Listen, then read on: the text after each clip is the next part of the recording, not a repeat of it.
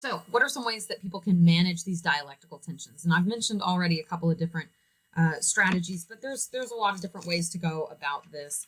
The first is denial, which is only responding to one side of the tension and ignoring the other. So this would be like for me lately, I would say denying my need for autonomy and focusing just on connection. I mean, part of that was situational, but part of that is just realizing like we're in a pandemic, we're in a snowstorm, our daughter is sick, like we're in a family. Like this is what I have to do. I have to just deny my need for autonomy for as long as possible and just dig into what the situation is. And of course, obviously I'm going to have my alone time, my me time at some point, but temporarily I can deny that need.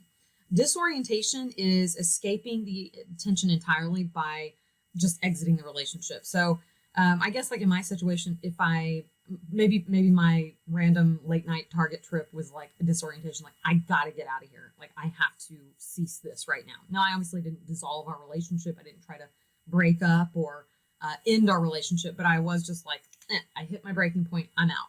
Which, again, if it's actually like dissolving the relationship and just saying like, I don't want to deal with this anymore, that's not really very productive and is obviously going to result in the end of your relationship. Alternation is going back and forth between the tensions. So choosing one side for as long as possible and then choosing the other side. So kind of going back and forth, which, maybe for predictability and novelty might work, but for something like openness and closeness is really tough. Like just sharing tons and tons and tons of stuff and then completely closing off.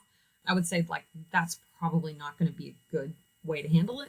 But there could be alternation strategy applied to, connection and autonomy. Like we're going to spend a lot of time together and then I'm going to go away for a week and like not have, totally have my alone time for a long time. So you could make it work.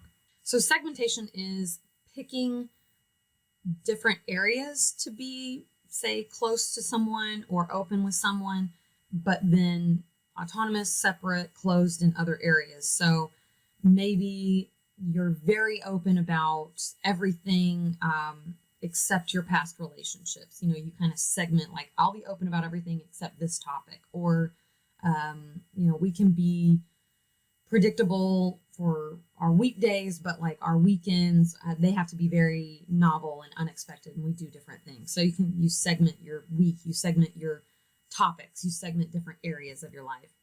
Balance is just trying to find, some moderation between that, not being totally open, not being totally closed, not being totally predictable, but not super spontaneous, just trying to find something in the middle. So you're not necessarily satisfying every need that you have in the extreme, but you're finding a balance, basically. Integration is trying to develop behaviors that's going to make both people feel good about the way that it's being handled. So just trying to be mindful of someone else's need for connection. I mean, again, I'd probably say over time, I have a much lower need for autonomy simply because my husband wants a lot of connection. He's a super social person. He does not need alone time, doesn't care for alone time. When he has it, he ends up calling up other friends and hanging out with people. So, he has a very low need for autonomy. And I think over time, I've come to value his need for connection. And so it's not so much that I don't try to satisfy my need for autonomy. It's that need has sort of ebbed over time. Recalibration means reframing the tension, which I think maybe probably the better example for what I just said, which is like I've reframed or recalibrated the idea that I don't need so much autonomy, that I'd rather make him happy because that makes me happy and that makes our family happy. Like that, it hasn't become an issue. I'm not like secretly smoldering over here like, gosh, I just wish I had some time to myself. Every once in a while I'll say that, but because I'm a very open person, I will say to him, I really need some alone time. I need to just be by myself. I want to go read a book. I want to go for a run or whatever. And he's very respectful of that then too, and when I say I need the time, finding a way to give me that time.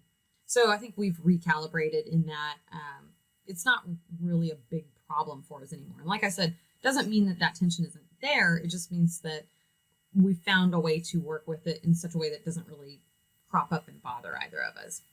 And then reaffirmation is affirming someone in such a way that you don't really look at it as an issue. So for instance, I think my parents are a really good example of this. They've been together for well over 40 years. And my dad's a super closed person. He's very private, doesn't like to talk, doesn't like to share his feelings. And my mom's the total opposite. And that's probably where I get it from. She's very open, just a complete open book, shares just about everything. And it used to just completely drive her crazy that my dad didn't want to talk about anything.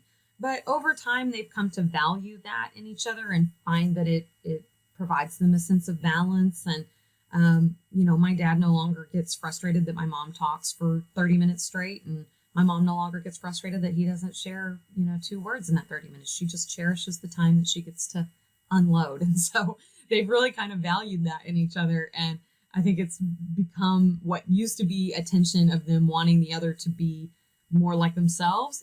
They've come to enjoy that part of each other. So next we'll talk about some different theories that we have. So go on to the next video.